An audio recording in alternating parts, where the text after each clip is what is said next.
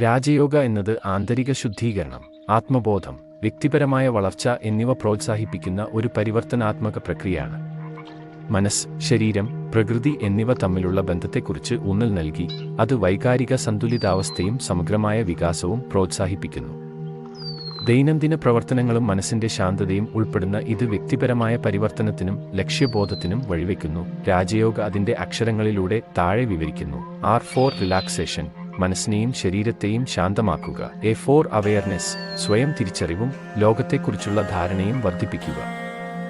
J for Joy, ദൈനംദിന ജീവിതത്തിൽ സന്തോഷവും അർത്ഥവും കണ്ടെത്തുക.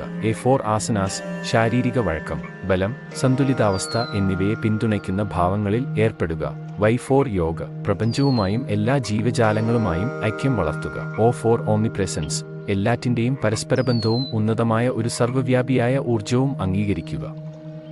G for ഗ്രോത്ത്, വ്യക്തിപരമായ വികാസത്തിനും തുടർച്ചയായ പഠനത്തിനും പ്രതിജ്ഞാബദ്ധമായിരിക്കുക. A for അവേക്കിങ്, കൂടുതൽ ബോധവാനായി ജീവിക്കുക. ആത്മബോധവും വൈകാരിക നിയന്ത്രണവും എന്നീ തത്വശാസ്ത്രമായ യോഗ, ധ്യാനം, മനസ്സിന്റെ ശാന്തത, സമൂഹ പ്രവർത്തനം, ആത്മീയ ഗുരുക്കളിൽ നിന്നുള്ള മാർഗനിർദ്ദേശം തേടൽ എന്നിവയിലൂടെ രാജയോഗം നേടാൻ കഴിയും.